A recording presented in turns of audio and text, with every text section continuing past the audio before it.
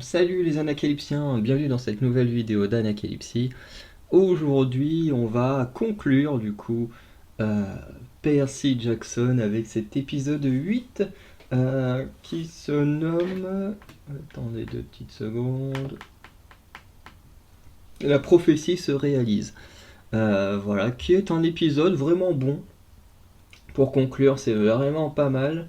Euh, et, euh, et bien entendu, il y aura une vidéo un peu faire le bilan de la série en elle-même euh, plus tard, mais voilà. Pour l'instant, on est sur l'épisode 8. Du coup, épisode qui, le début va être entrecoupé de quelques petits flashbacks. Alors, dans l'épisode précédent, j'avais trouvé que les flashbacks étaient inutiles, dans le sens où les flashbacks nous disaient seulement des choses qu'on savait déjà. Et du coup, je trouvais que c'était saoulant de couper le présent avec des trucs qu'on sait déjà.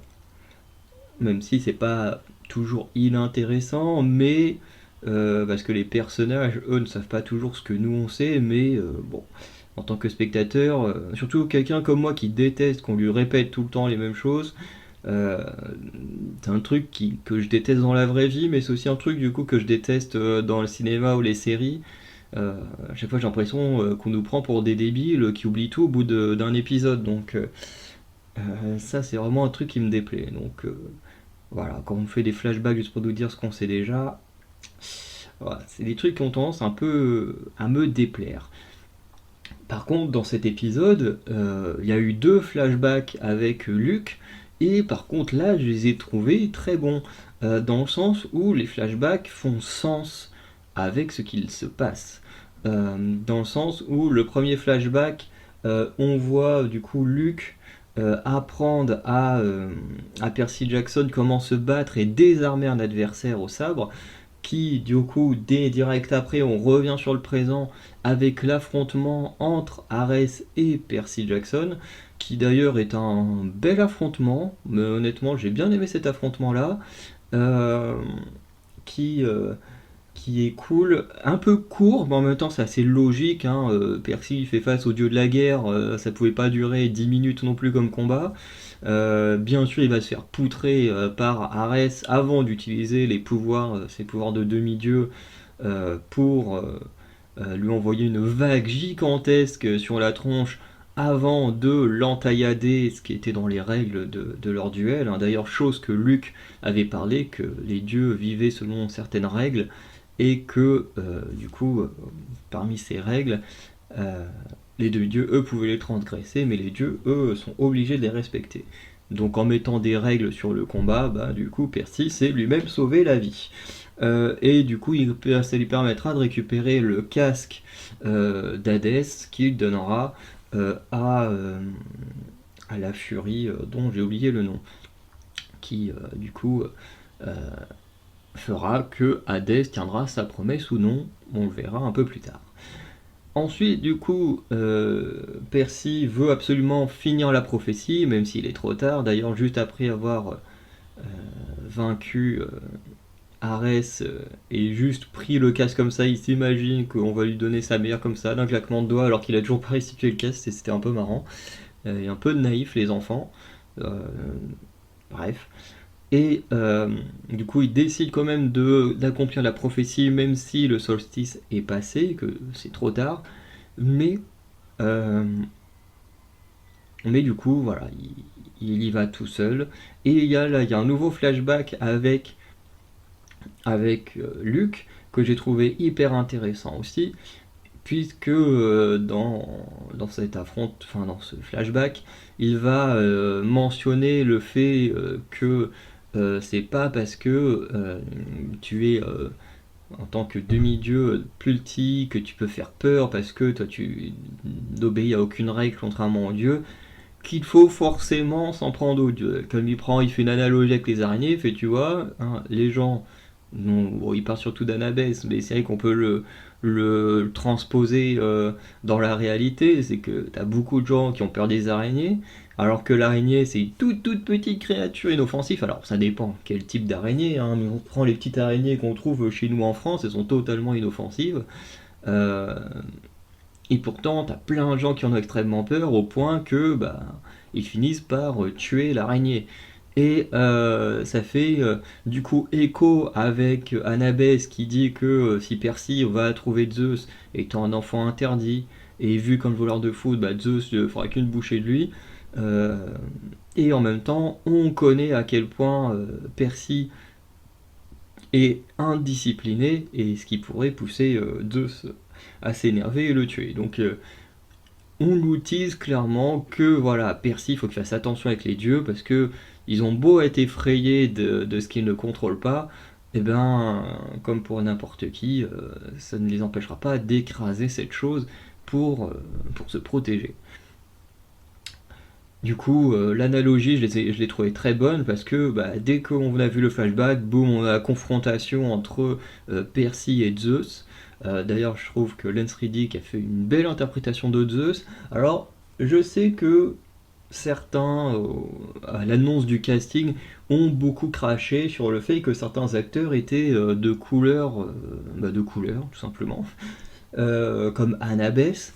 Sauf que c'est pas parce que c'est la fille d'Athéna qui Athéna, voilà, c'est les Grecs. En plus, les Grecs sont pas vraiment blanc techniquement, hein, donc je vois pas ce qui est dérangeant d'avoir une fille d'Athéna métisse, mais bon. Après, dans les romans, je sais plus si les personnages sont caractérisés par une couleur de peau ou pas. Moi, je sais que dans mes écrits, je crois pas me souvenir les caractériser par des couleurs de peau, mes persos. À part quand je m'inspire de quelqu'un précisément, que j'ai des personnages que j'écris qui sont inspirés soit de moi-même, du maître d'Anacalypsie, de certains amis qui m'ont aidé à bosser sur mon projet. Et du coup, là, il y a des persos, c'est eux, enfin physiquement, c'est eux.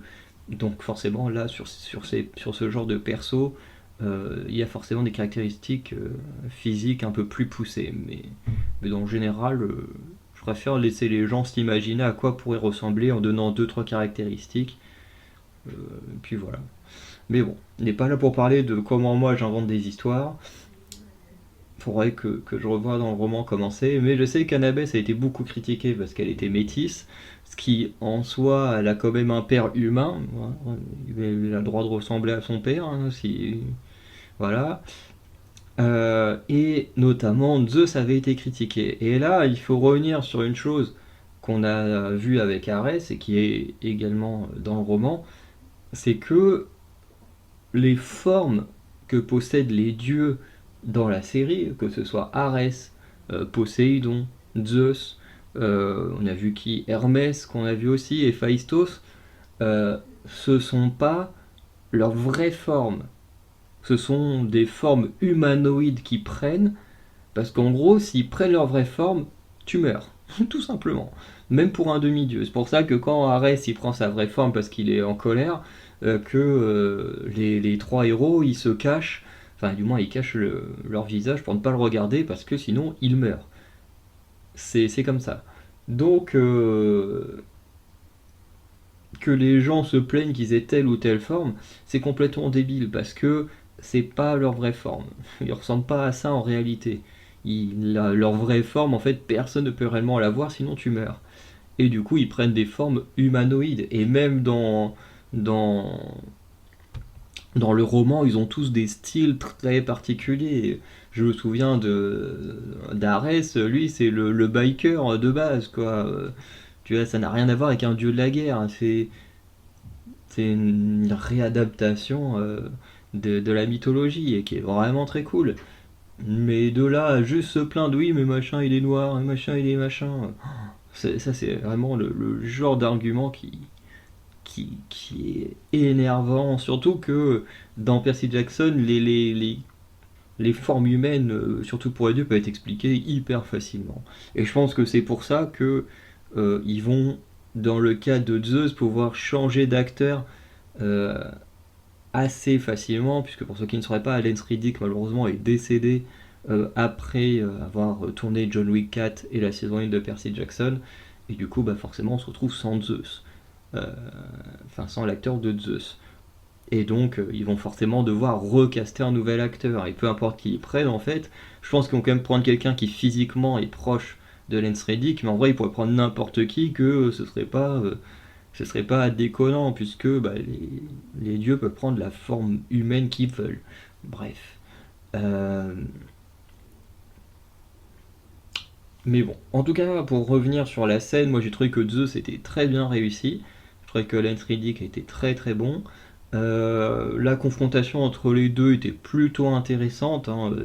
On sent à quel point Zeus est dangereux.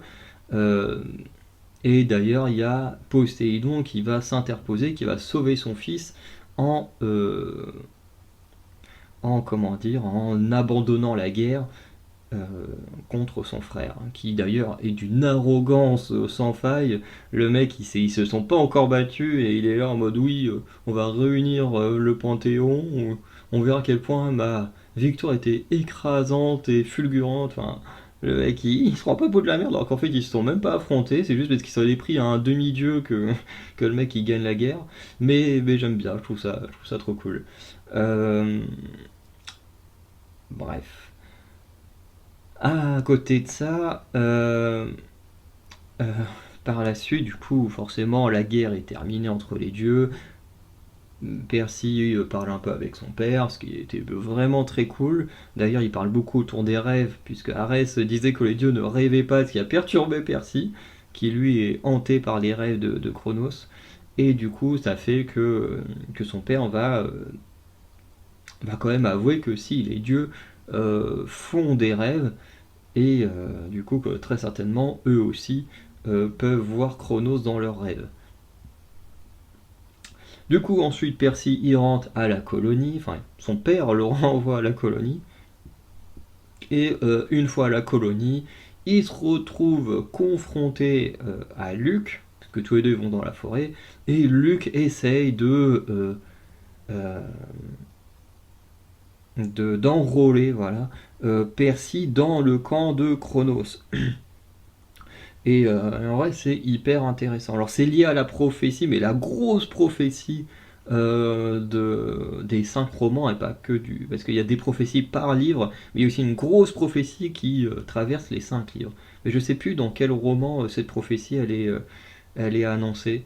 Euh, mais du coup, qui est très bien. Je pense qu'on l'aura dans la saison 2, parce qu'à partir de la saison 3, la prophétie devient beaucoup plus nuancée, dans le sens où c'est une prophétie qui concerne un enfant interdit, et pour l'instant on ne connaît que Percy, mais on découvrira par la suite, sans trop spoiler, que Percy n'est pas le seul enfant interdit.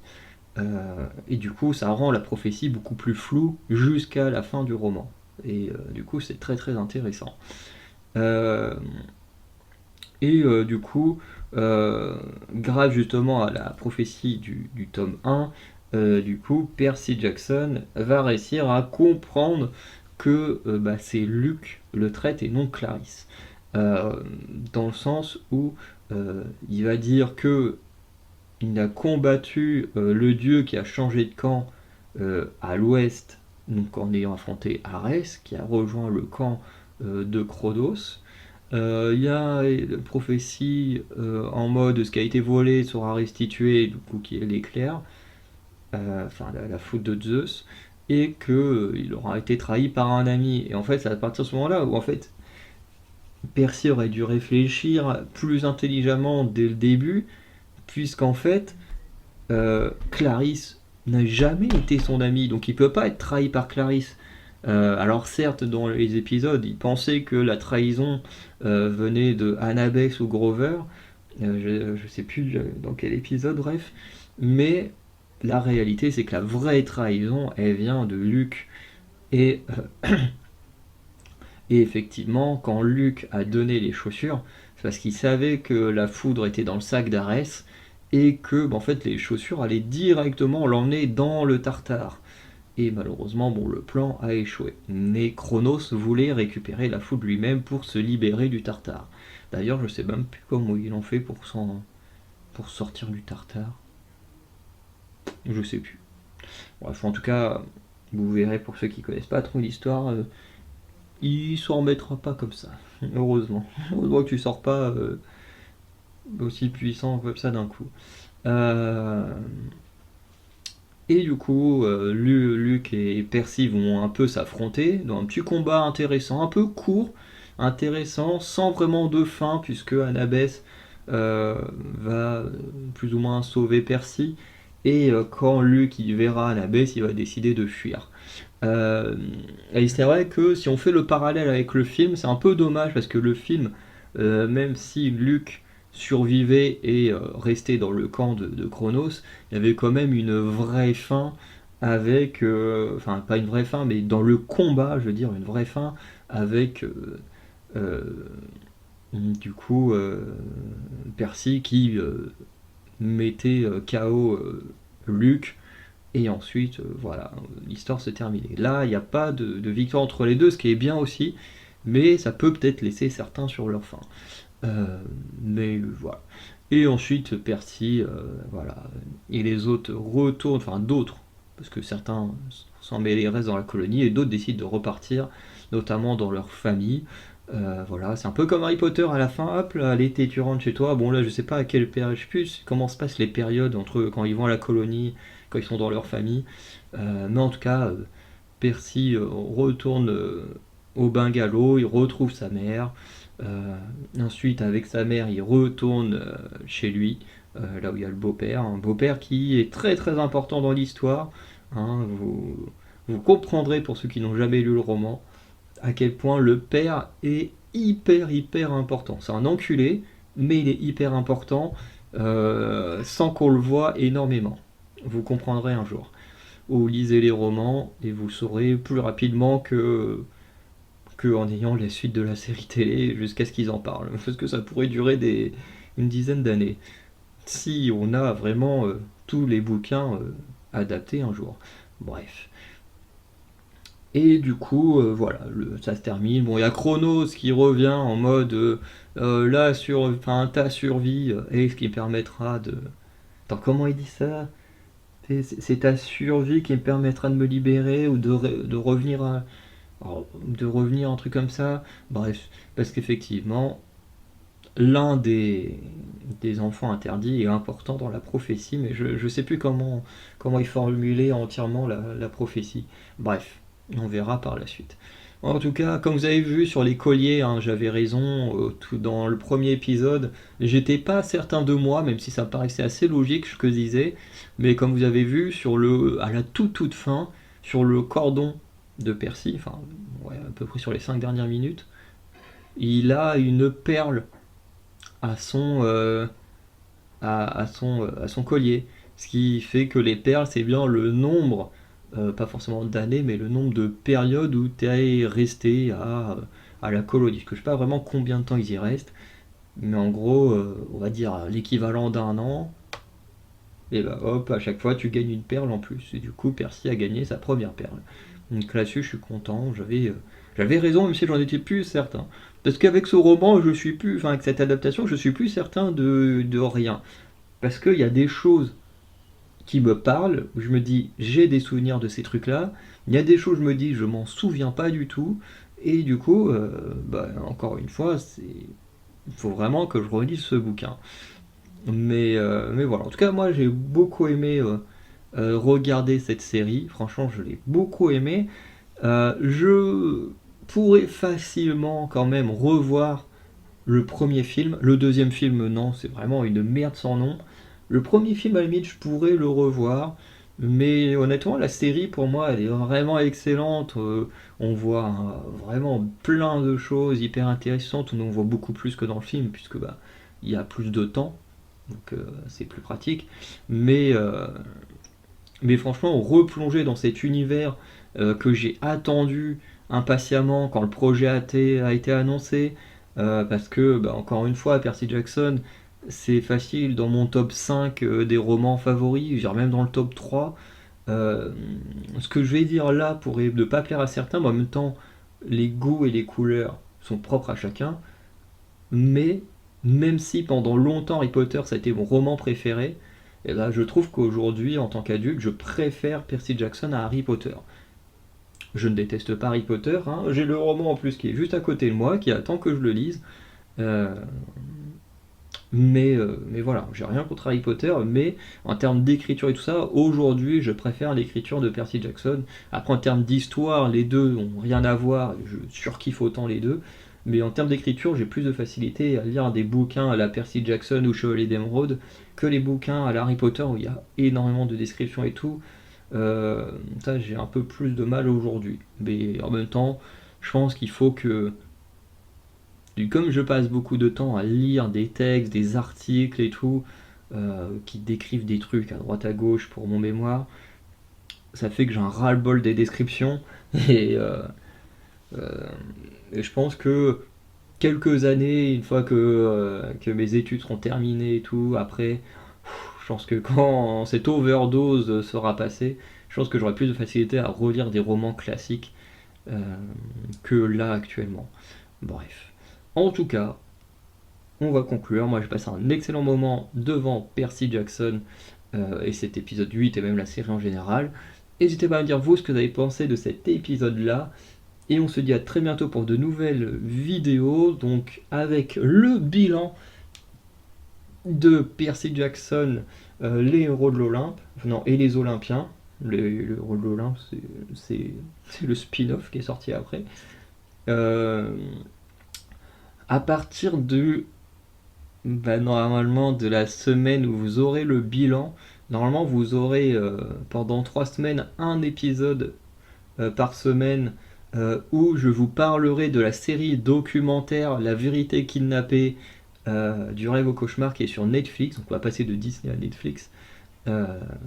Quasiment pendant un mois vous aurez des vidéos puisqu'il y aura il me reste le bilan à tourner, mais les 3 premiers épisodes sont déjà tournés, enfin enregistrés et publiés, enfin programmés plutôt. Donc voilà, vous n'êtes pas sans rien pour l'instant. Et du coup voilà. Alors ça n'a rien à voir. Là on est sur une série pour adolescents.